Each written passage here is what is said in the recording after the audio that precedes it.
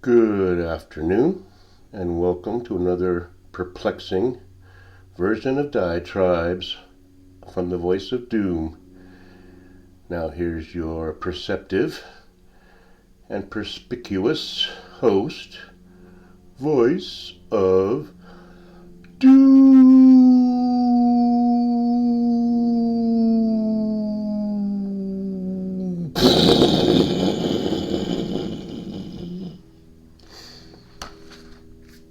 Hello. Okay, lots been happening. I haven't done a diatribe in about 4 days because I went on a little mini vacation with my kid. And since he's going into the Army in 4 days, we decided we'd have a little road trip. And we went to Crater Lake from Carson City. Not a long drive, but a lonely one. And the sojourn did not turn out quite as scenic as we had hoped, mainly because it snowed the whole time, middle of May. So when we got to Crater Lake, it was rather an overcast day, so the lake was kind of a silver gray with bits of blue in there. After I told my kid he would see the bluest lake in the world, it wasn't blue, which is my want. Things usually don't turn out quite like I want them to. Stayed in Klamath Falls, Oregon. Did a little sightseeing while it was snowing badly. Saw a ball game on Monday night, a college game of two very small colleges in a very rustic stadium, probably built in 1902, and it was fun. Drove back to Nevada, and it was snowing the whole time on a lonely mountain road going south. But we had fun. It was all right. I'll talk more about the changes that will be happening in our household in the near future. But I have too much to talk about right now. As you may well know, this week has been rather eventful, and I will discuss that in due time. But first, I want to get back into my expostulation and explanation, as I understand it, of some Buddhist concepts, because they're very important to understand. And I don't want to rail and rant and rave all the time, because there's too much to rave about, and it's just howling into the wind. So, there is a Buddhist concept which is denoted in our object of worship, which we call the Gohonzon, which we don't actually worship, but for lack of a better word, it's our focus of what we focus on when we chant. And one of these concepts that's embedded in that particular mandala is called Kyochi Myogo. It's a very important concept. And either you are going to grasp it intuitively as I explain it to you, or you'll be totally perplexed and not understand it, which means you have to go on to more lifetimes. But to me, it seems rather self-evident. Kyochi Myogo is the fusion of subjective wisdom to objective reality. I'll explain this a bit.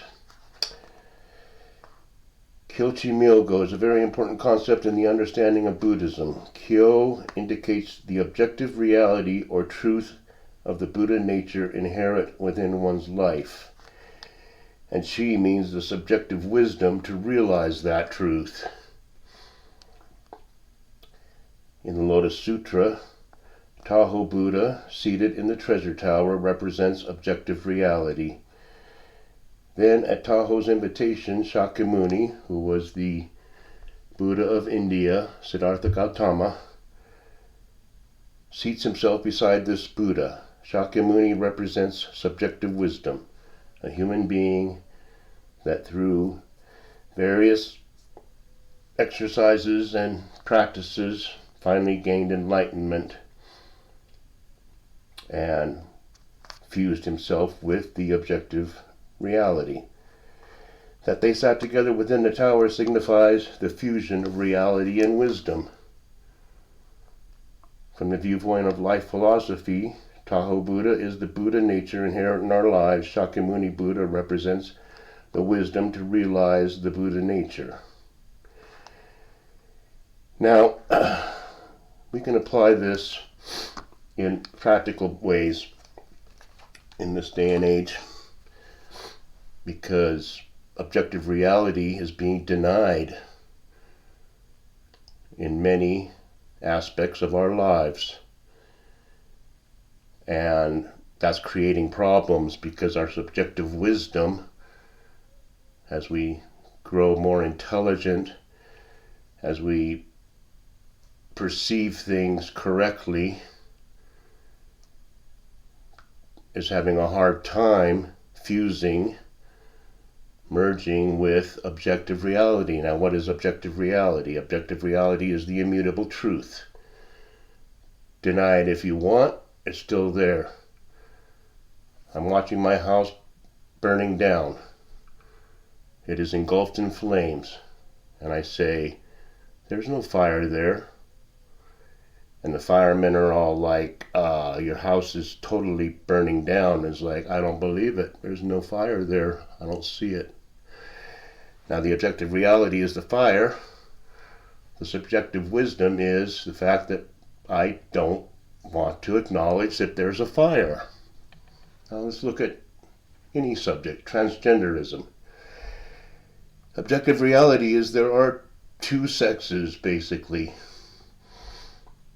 And you can perceive yourself to be a different sex, but that will not change your inner body, the organs, the bones, the reproductive system. It will not change that. So the immutable truth, the objective reality is there are two sexes. The subjective wisdom is I don't believe it. There are many, many, many sexes. It just depends on your perception of who you are. Now, to fuse that, I don't know. And I'm not saying that people that are transgendered have no wisdom. I'm just saying if they're wise enough, they would realize, yes, I want to change my image, but I'm not going to change the core of my being. It's just not going to happen. One day we will be able to transplant brains into each other, and then perhaps you will have an objective, immutable truth that you can become a different sex. But until that day comes, we deal with these subjective wisdom, the subjective wisdom that you can be whoever you want, and if you think you're somebody, then you are somebody. If you think you're a dog, you're a dog. If you think you're a person of color, you're a person of color. Do it with anything. What other objective realities are there just in the news lately? Well, tens of thousands of people pouring over the border every day. What becomes of them, I don't know, but a lot of them are being taken care of. They're getting everything free. I don't get everything free. It's really not fair. U.S. citizens have to struggle to pay their bills every single month or else they get cut off. They get everything taken away. But people from all walks of life, from all corners of the globe, can waltz over the border and get a free apartment in New York. Get a free apartment in Chicago. Get food stipends. Get a phone. Get all the things you need without having to earn it. So the objective reality, the immutable truth is thousands of people are pouring over the border and getting things free. The subjective wisdom is you're not seeing that. You're seeing something completely different. So this concept of the fusion of objective reality and subjective wisdom is one of the most important concepts you'll ever hear going through your ears and into your brain. And to grasp it, you will be on your way to tapping in the Buddha nature that's within you and trying to perpetuate it, make it more of a dominant tendency in your life. And then you will create value on this planet. But let's get a little bit into the current events, because lots happening this week. This Title 42 is being shut down, which means that everybody can come from everywhere. They're sending, Petri dish is sending 1,500 active military personnel to the border, not to stave off the invasion of people, but to expedite their processing into this country. We need 1,500 people from the military to help with the paperwork to get these thousands and thousands and thousands of people through that we're going to take care of. I don't know how, but we're going to.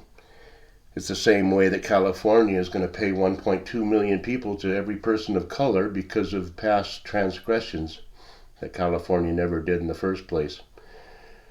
Objective reality is there was slavery. Objective reality is California was never a slave state.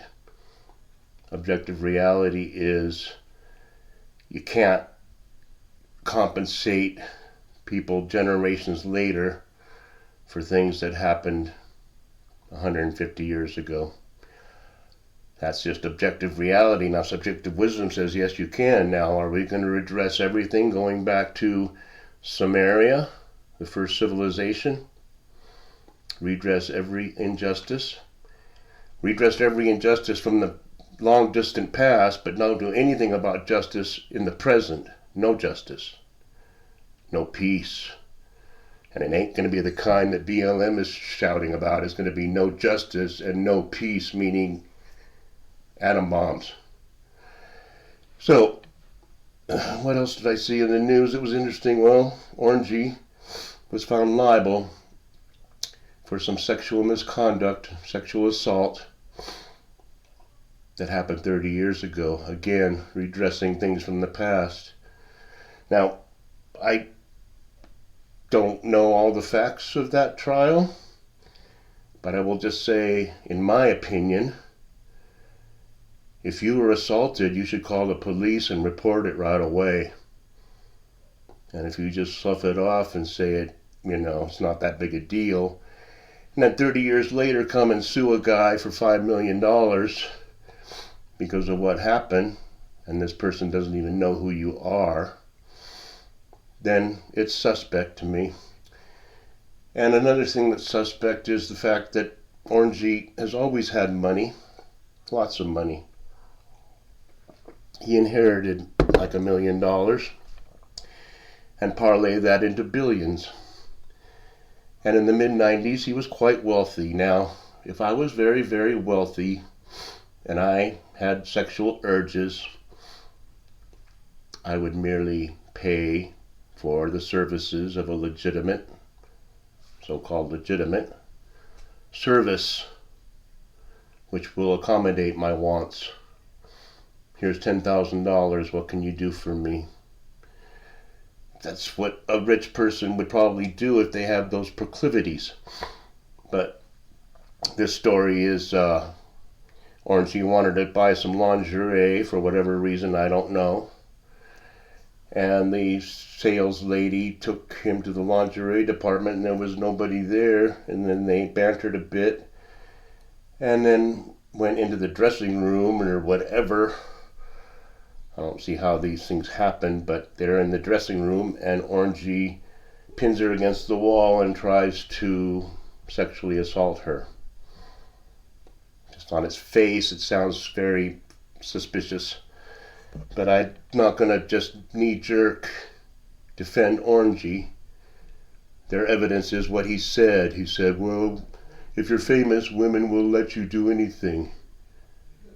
He didn't say, because I'm famous, women let me do all kinds of things, whatever I wanted to.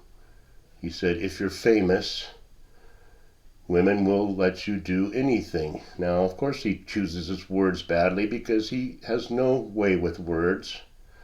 So forget, if that's evidence, then whatever. We'll see how it goes in the appellate courts.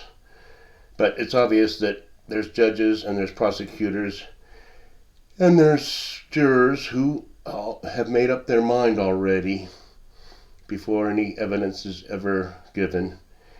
And it's just like the OJ trial. Their minds were made up. They didn't have to go through a year trial. They could have just said not guilty and send the jury out, and they'd say you're not guilty. Okay. You have your biases, and you have your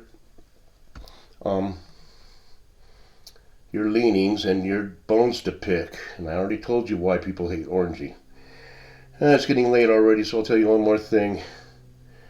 Petri dish is losing it even worse. He did an interview, the stupid ass media idiot. It's like, well, we know you're not connected at all to your son, but can you tell us what's going to happen with, these coming indictments possibly? Oh, it's all not true. He's honorable. I'm very proud of him. Okay. We all know that Petri dish is a devil. He's a satanic entity, and none of his words should ever be taken seriously, unless you want to burn with him later. Now, he gave an off-the-cuff, semi-mini press conference. Looked very bad. He is getting worse and worse. He can't put two sentences together. He makes no sense. One question that was actually asked by the press that might have even been a good question is, Title 42 is ending in a couple days. What do you plan to do with the tens of thousands of people that are lining up at the border ready to come in? Petrie's answer? The answer is, we'll have to wait and see. That's his answer. So, you can look into Petri dish's idiocy and malignant actions and what he says, and come to your own conclusions. The rest of this week is going to be a disaster. The rest of May is going to be apocalyptic. And by summertime, people are going to be scurrying around wondering what the hell happened. I'll tell you what happened. You elected Petri dish. You elected a treasonous, corrupt sack of feces to be president. That's what happens when you do that. So your cause was made. The effects are coming. Nobody's going to be able to handle it. Nobody. When the grocery stores all close, the gas stations all close, people are going to have a cow. So I'll leave it there. I'm going to go on later and enjoy this day because so far we seem to be alive. And thank you for listening. Bye.